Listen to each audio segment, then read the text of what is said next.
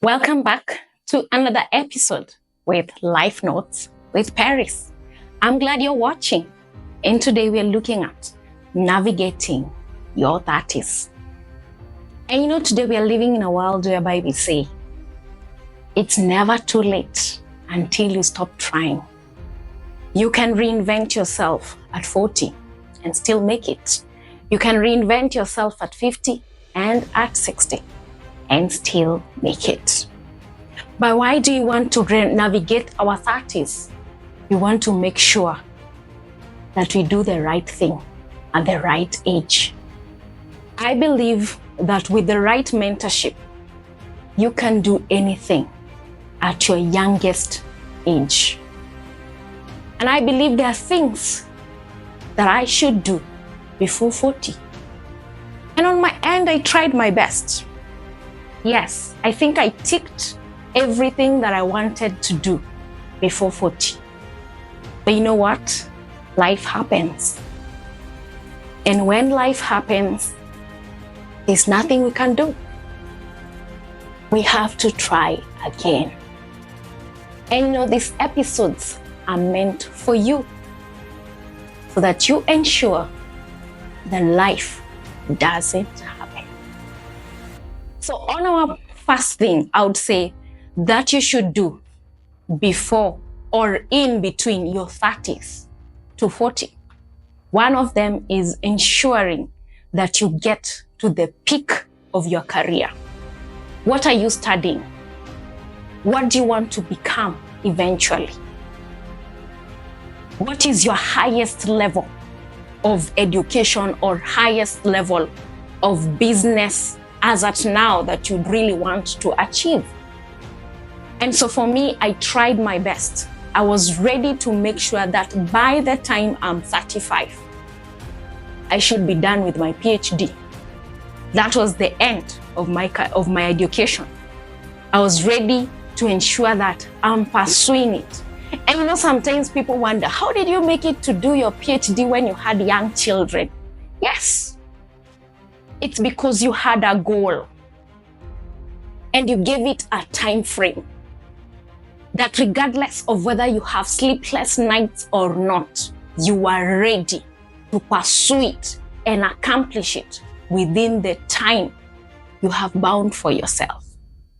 And that's all about an objective. That's all about goals. If they're not time bound, then they're not goals. Because when you're not time-bound, nothing pushes you. Nothing forces you to move. Nothing wakes you up. When they're time-bound, you will push yourself. You will focus on the goal. And one of the goals is ensuring in your 30s, get to the peak of your career. Number 2, at 30, in between 30 to 40, I believe that's a good moment to have a family. That's a good moment to settle down your family. Yes. And sometimes we think that, I still have the time. But believe you me, by the time you click 40, you realize there's no more time. If you're supposed to be retiring at 60, you only have 20 more years to go. And guess what? Your children are at the peak of their education. And therefore, at this point, they're asking for more money. It is at this point that they're in secondary school, in university, and you have to spend more money on their education. And therefore, when you plan early, your family, plan your bearing early, then it gets easier. Because you're able to plan your time, plan your money, and also settle down your family when you don't have a lot of work on it. And you know what happens with settling down families? And these are just my opinions. There are people who feel they want to build a home in their original home, you want to build in your parents' home. and you still want to buy land in town and still build. And for me, I look at it as a waste of finances. We no longer are living in those days when we had the luxury of money and the luxury of land. So the more you waste money by building a home in your original home and another home wherever you're working, really, by the end of the day, you are actually having a lot of financial strains. For a home that you built, that you're actually going to stay in it for only 2 weeks, that is during Christmas, when you visit your parents and spend a night over. I know for me, it's just as important as just putting up a functional home, a place that will be comfortable when you visit. But you have your main home where you choose to settle as a family. Well, that's just my opinion. And people have their own valid opinions as to why they should do 2 great homes in the 2 environments. But the ultimate goal between your 30 and 40 is to ensure that you settle down your family. You don't want to have a shaky family whereby you don't know where to settle them in the next minute. You want to have cleared your mind. You know exactly that we are ready to settle in this place. And maybe unless things happen, then you can change your mind later. And for me, I had actually built a home by the time I was 35. Yeah. But like I told you previously, you may have great dreams, big visions. And if you marry wrong, you will lose them in one day. And that's exactly what happened. So I lost a home. And I had to go back renting a home, renting an apartment. As in, it was starting again from zero. Yes. Because when you make wrong choices in life, the consequences are too painful. I had a choice to stick there, or I had a choice to start over. And for me, my peace was more valid than staying there. I chose to start from zero. But I wish that you make the right choices so that by the time you're 35, your family is comfortable in their home, enjoying their own chicken, enjoying their own green vegetables. Life right now is very expensive. Buying a broiler chicken is 800 shillings. I mean, sometimes I look back and I'm like, really? Yeah. If you make wrong choices, you will suffer the cost of those wrong choices. In your 30s, you need to ensure that in this point, you have made up your mind. If you're still wondering, is this the relationship I want? Is this the woman I want to marry? Is this the man I want to marry? At this point, these are the moments you decide to make critical decisions. Because beyond that, you will really feel like you've wasted so much of your time. And sometimes we feel like we've wasted a decade of years. But before you get married, because we've said at 30, you need to settle down, make the right decision. At the end of the day, you better be late and ugly.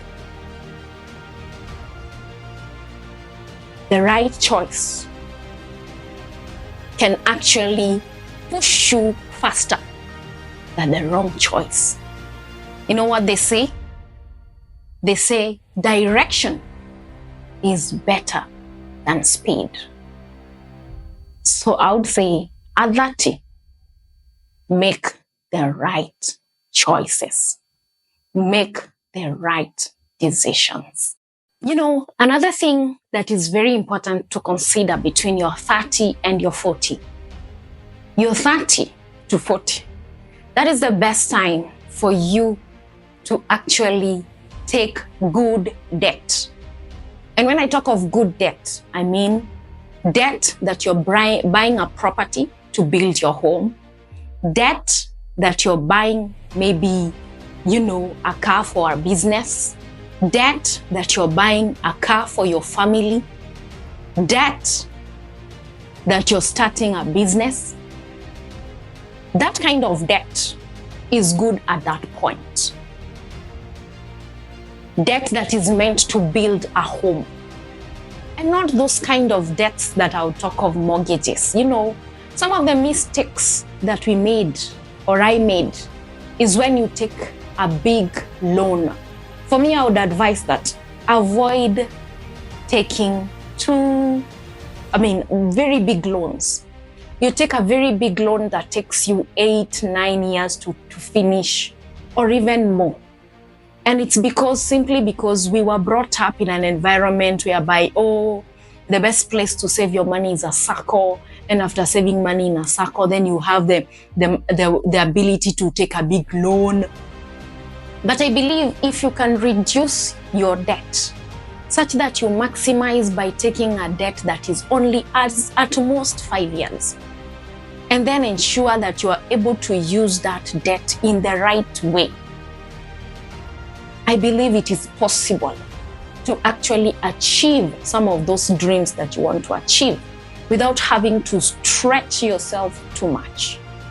And by the time you're 40, you should actually avoid debt. And I mean what I said, avoid debt. What I mean, at this point, you should now be saving your money, ensuring that you clear, if you have a salary, clear yourself of debt. And you know what? The banks, the SACCOs, all of them, they're trying to solve one problem. And the problem they're trying to solve is an indiscipline problem. Because we are so indisciplined with our finances that we cannot save for ourselves.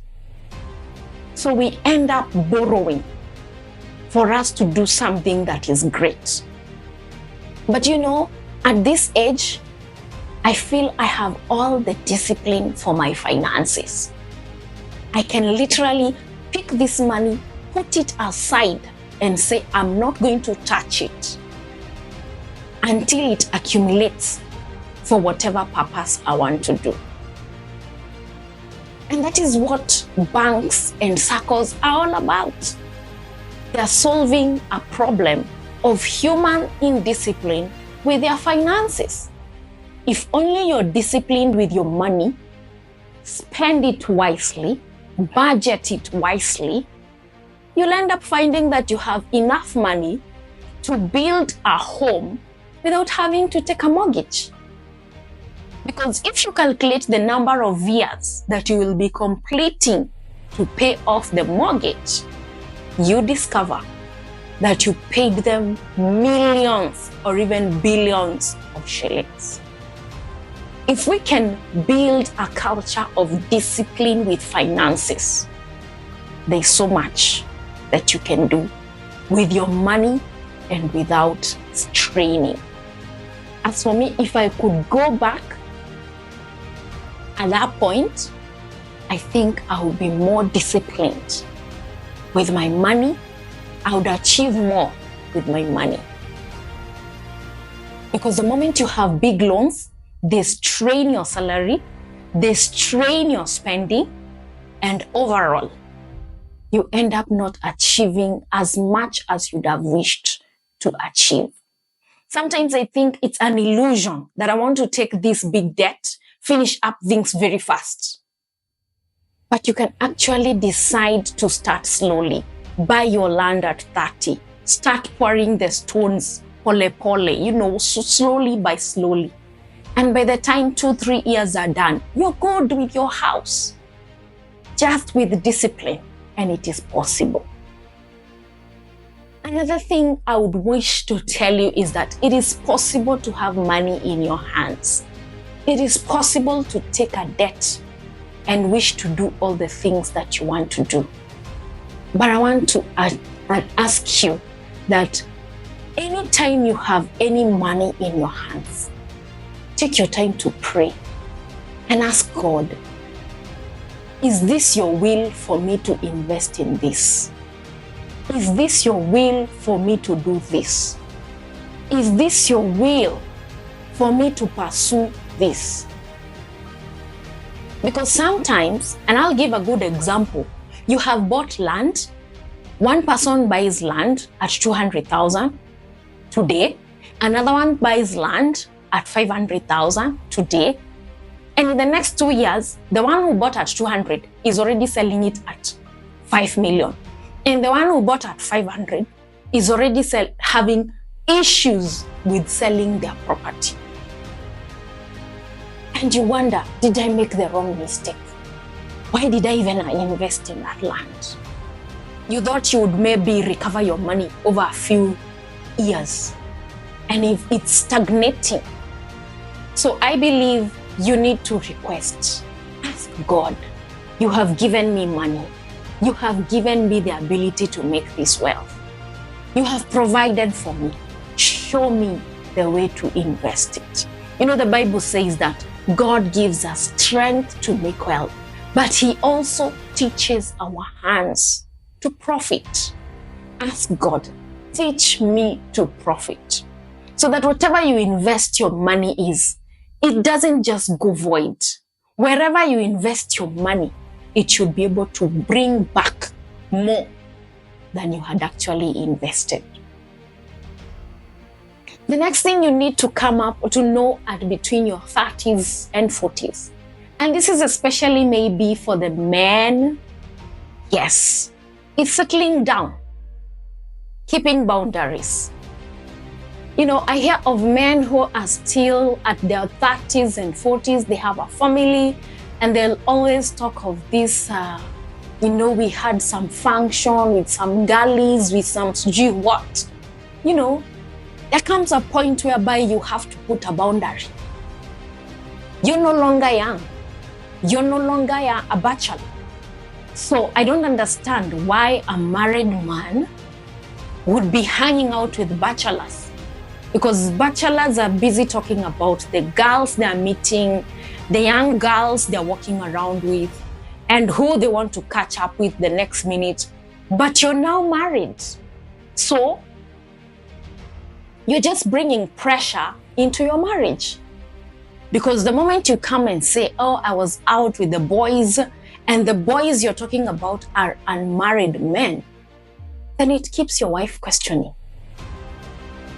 As in, have you not grown up enough?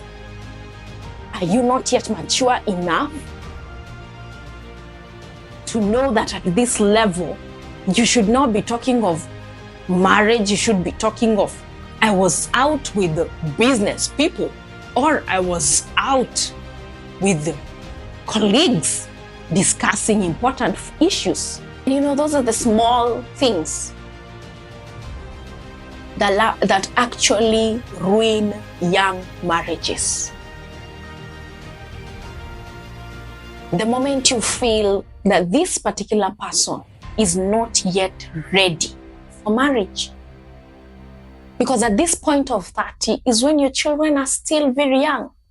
You're expecting the two of you are very much responsible for the family and the moving forward of your family, focusing on the next move, the next development, the next goal, only to hear that somebody was out with the boys and you're like, God, are we moving in the right direction? Similar with the girls. I know today we have girls who, even when you're married, it's like it has not yet hit you that you actually got married. So you're still hanging out with the other girls, the ones who, of course, are not yet ready for marriage. And so your talk is different. I'm not saying that don't talk to the ones who are not yet married, but you know, your talk is different. Your goals are different. You're thinking of running home, checking on your babies. The other ones are thinking of hanging out on a Friday night because they have no work to do. And so those kind of boundaries and those kind of setting of boundaries when you are at your 30s, they need to come out very clearly. You don't expect me who has a kid that is breastfeeding and I'm out on a coffee date in the evening. Excuse me. It just shows some kind of irresponsibility. Well, I don't know. Maybe the Gen Zs will tell us something different. But as far as I'm concerned, is that whether you're a Gen Z or a millennial or whatever you may be, at the end of the day, the moment you enter into marriage, it calls for responsibility, it calls for accountability, and it calls for intentional parenting. You cannot escape that. And that is why you need to have set boundaries. And lastly, is remaining in a strong bond with your family. I believe when everything is said and done, the only people that will give you a shoulder to lean on are your family. If today your job was to go, the only person that will hold your hand is your wife. If today things would fall apart, the only people we would hold hands and cry together are my children. And therefore your family should always be at the core of your priorities. Your family should be your lead priority as a man or as a woman. So that anytime you have a holiday, people assume that vacations are expensive. They're not. Sometimes you may even vacation in a place and just spend 5,000 in a night. Sometimes just taking you and your wife out just to rekindle that love and to rekindle the fact that you have been together for a few days or a few months or a few years. That is what we call building memories. And building memories should not wait. Let us plan for our memories. Let us plan for our vacations. When that family is young, that is when you must maintain those beautiful memories. You know what happens? The moment you kill those beautiful memories of going out with your family, going out with your wife, going out, just the two of you with your wife, when life happens, you look back and you see nothing worthy to remain. You look back and you cannot recall a good laugh. You look back and you cannot recall a moment you smiled at each other. You look back and you cannot recall a moment you went for vacation to Mombasa, just the two of you. You look back and you remember that somebody had promised to take you on honeymoon and they didn't, and 10 years down the line, they haven't, and you see no reason to stay. And those are the small things that kill marriage. So I would say, like Bishop T.D. Jakes puts it, enjoy the journey. Marriage is a journey. Relationships are a journey. Enjoy the process. Have moments where you sit back, reflect, and celebrate. Celebrate the small wins. Celebrate the birthdays, the anniversaries, the children's birthdays. Celebrate every process. And those are the small celebrations that keep beautiful memories. It's one thing to have a lasting marriage, but it's also another thing to have a lasting and happy marriage. So if you like this kind of content, please give it a thumbs up, subscribe, and share. And don't forget to keep believing in yourself. Thank you.